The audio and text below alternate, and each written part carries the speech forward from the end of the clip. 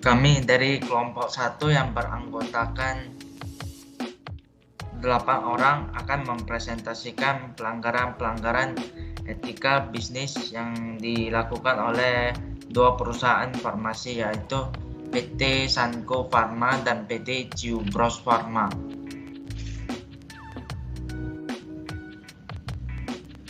PT Sanko Farma dan PT Ciubros Farma merupakan perusahaan yang bergerak di bidang farmasi yang sudah memproduksi berbagai macam jenis obat-obatan dan produk kesehatan lainnya. Etika dalam bisnis telah tertanam dalam kehidupan masyarakat, khususnya yang berkaitan dengan perlindungan konsumen, tetapi ada beberapa perusahaan yang masih melakukan pelanggaran etika bisnis yang berdampak pada konsumen. Salah satunya ialah perusahaan PT Sampo Farma dan PT Ciubros Farma yang melanggar etika bisnis dalam perlindungan konsumen karena memproduksi obat sirup dengan kandungan etilen glikol dan dietilen glikol atau EG atau DEG yang tidak sesuai standar yang telah ditetapkan oleh Kementerian Kesehatan dan BPOM. Selanjutnya akan dilanjutkan oleh Caroline.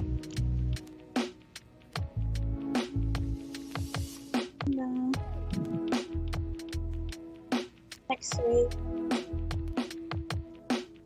Etilen glikol atau yang kerap sekali kita singkat dengan EG merupakan zat cair sintetik yang menyerap air yang banyak digunakan sebagai larutan anti beku atau pendinginan untuk mobil, pesawat terbang, dan kapal. Bahan ini juga terkandung dalam bantalan stempel pulpen dan percetakan, serta dalam industri cat dan plastik. Sedangkan dietilen glikol atau yang kerap kali disingkat dengan DEG adalah senyawa organik yang tidak berwarna dengan rasa manis yang sering ditemukan di produk kecantikan seperti lotion. Obat sirup dengan kandungan EDDEG yang melebihi batas aman diduga akan menyebabkan gagal ginjal akut pada anak. Dengan gejala adanya nyeri pada perut, diare, muntah, dan ketidaknyamanan untuk buang air kecil.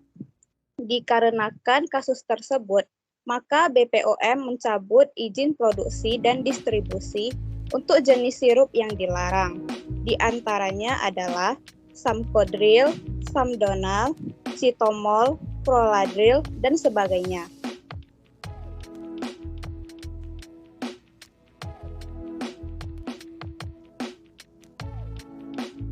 Adapun kewajiban pelaku usaha yang dilanggar oleh PT Samko Farma dan PT Ciubros Farma adalah pasal 7 UU PK yang berisi PT Samko Farma dan PT Ciubros Farma tidak beritikat baik dalam melakukan kegiatan usaha. Yang kedua, tidak memberikan jaminan mutu obat sirup yang diproduksi atau diperdagangkan berdasarkan ketentuan standar mutu obat sirup yang berlaku. Ketiga, tidak memberi kompensasi, ganti rugi, dan atau penggantian atas kerugian akibat penggunaan, pemakaian, dan pemanfaatan obat yang diperdagangkan.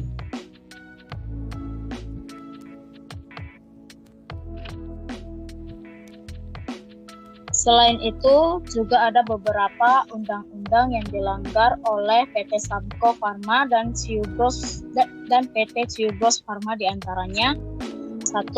Pasal 4 mengenai hak konsumen.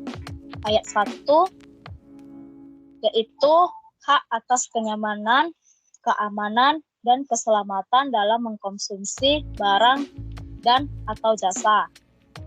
Ayat 3 yaitu hak atas informasi yang benar, jelas, dan jujur mengenai kondisi dan jaminan barang dan atau jasa.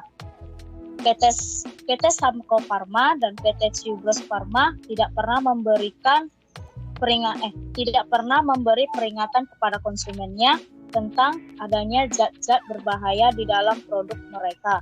Akibatnya, kesehatan konsumen dibahayakan.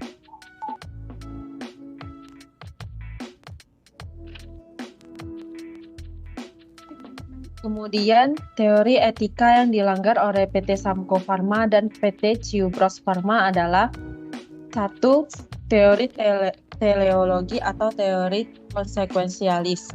Teologi merupakan teori etika yang mengukur baik buruknya suatu tindakan berdasarkan tujuan yang hendak dicapai dengan melakukan tindakan tersebut, atau berdasarkan akibat yang ditimbulkan atas tindakan yang dilakukan. PT Samko Farma dan PT Ciubros Farma sebenarnya memiliki tujuan yang baik dalam memproduksi obat tersebut, dengan harapan bahwa setiap masyarakat dapat mengkonsumsi obat tersebut dan bisa sehat seperti semula. Namun, PT Samko Farma dan PT Ciubros Farma salah bertindak dengan menggunakan bahan yang tidak sesuai mutu yang sudah menjadi standarnya. Hal ini dapat berakibat fatal bagi para masyarakat yang mengkonsumsi obat tersebut. Yang kedua adalah teori utilitarianisme. Teori utilitarianisme merupakan turunan dari teori teologi. Teori ini lahir dari pendapat Jeremy Bentham yang menyatakan bahwa perbuatan yang baik adalah yang bermanfaat bagi banyak orang dan berlaku sebaliknya. PT Samko Farma dan PT Ciubros Farma melanggar perbuatan beretika dengan memproduksi obat yang tidak layak dikonsumsi oleh masyarakat. Alhasil, obat tersebut bukannya memberikan manfaat bagi masyarakat, justru malah menjadi petaka bagi kesehatan masyarakat.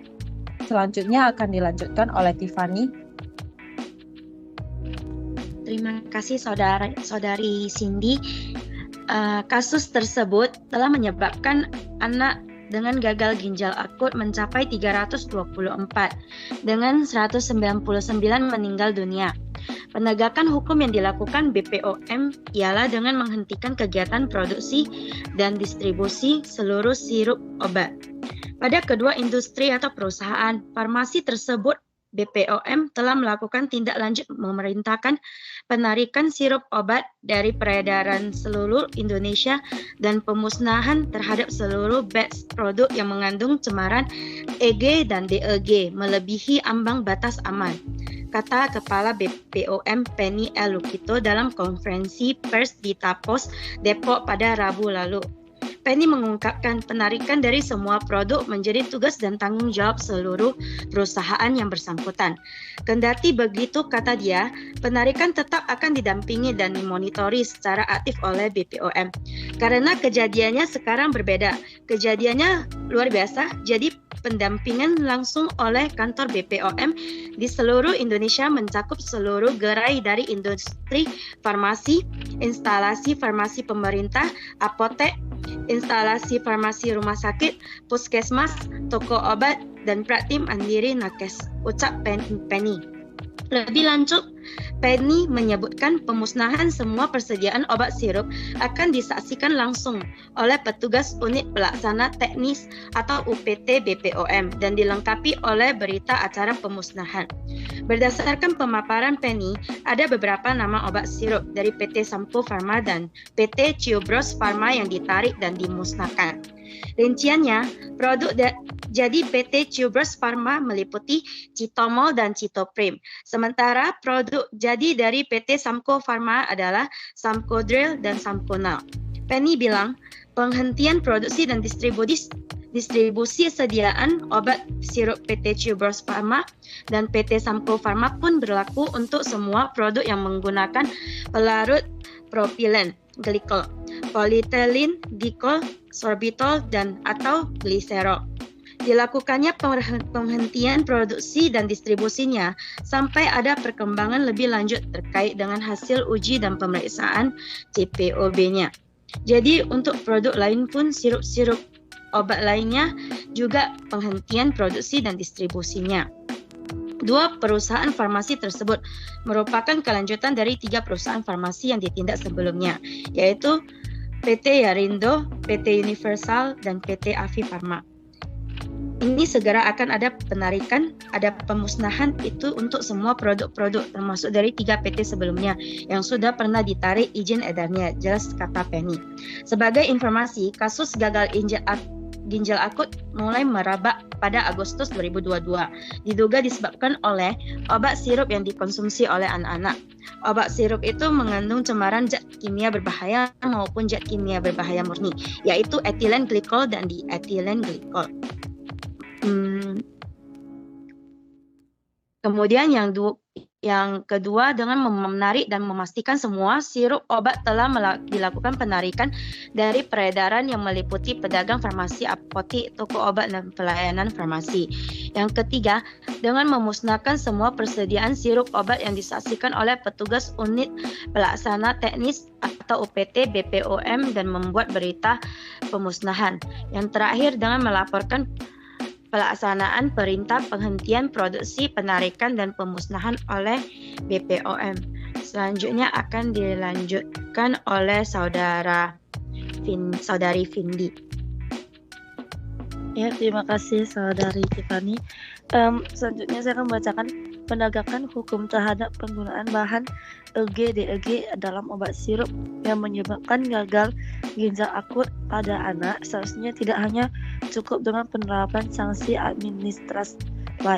Proses pencabutan izin edar dan pencabutan sertifikat CPOB juga bukan merupakan bentuk tanggung jawab pelaku usaha atas kerugian konsumen karena telah memakai produk yang telah tercemar bahan berbahaya. Tentunya harus adanya pengawasan post-market atau pasca produk beredar harus ditingkatkan oleh BPOM sebagai lembaga yang memberikan izin edar terhadap produk-produk farmasi sehingga dapat menanggulangi adanya pelanggaran dan penyimpangan dalam kegiatan distribusi. Selanjutnya akan dibacakan oleh Saudari Purgenia. Terima kasih Saudari Vindi. Kesimpulan, dalam menjalankan kegiatan usaha, perbuatan yang dilarang untuk dilakukan oleh pelaku usaha pada kasus obat sirup yang menyebabkan penyakit akut gagal ginjal pada anak yaitu pelaku usaha dilarang menggunakan bahan campuran obat yang tidak sesuai standar mutu sehingga membahayakan kesehatan, memakai bahan-bahan campuran obat melewati ambang batas aman penggunaan obat. Mengingatkan hal tersebut, pelaku usaha tidak memiliki itikat baik dalam menjalankan rutinitas bisnisnya karena telah melakukan kecurangan dengan tidak mencantumkan komposisi obat yang benar pada label. Dalam hal pertanggungjawaban pelaku usaha, bisa dikenakan aturan hukum secara administratif, perdataan bukan pidana. Biasanya langkah utama dapat berupa pemberian sanksi administratif. Pertanggungjawaban secara perdana yaitu memberikan ganti kerugian kepada konsumen dengan membayar kompensasi untuk keperluan konsumen selama masa pengobatan, dan apabila membayar kompensasi untuk keperluan selama dalam masa pengobatan, dan apabila konsumen meninggal dunia akibat bahaya dari obat tersebut, maka pelaku usaha wajib menyiapkan biaya untuk santunan kepada keluarga anak.